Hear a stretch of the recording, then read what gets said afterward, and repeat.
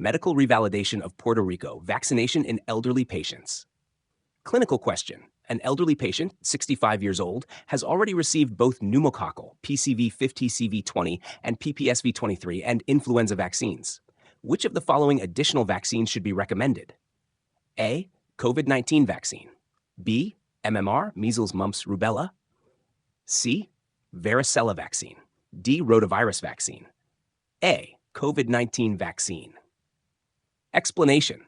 Elderly patients are at higher risk for severe complications from COVID-19, including hospitalization and death.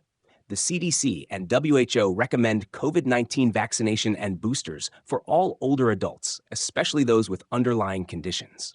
Additionally, the RSV vaccine, respiratory syncytial virus, is now recommended for adults 60 years old, especially those with chronic conditions. The shingles, herpes zoster vaccine is also recommended for adults 50 years old.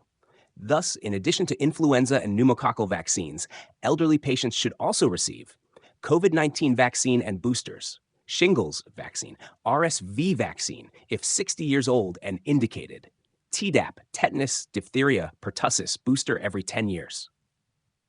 Why not the other options? B. MMR, measles, mumps, rubella. Incorrect. Generally not recommended for elderly patients, unless there is no prior immunity, born before 1957, or high exposure risk. C. Varicella vaccine. Incorrect. Adults who had chickenpox in childhood do not need the varicella vaccine.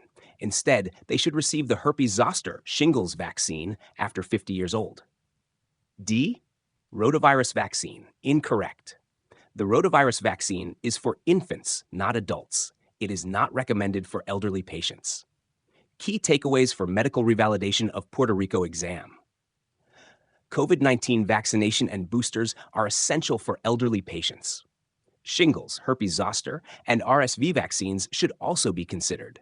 Pneumococcal, influenza, and Tdap every 10 years are part of routine elderly vaccinations.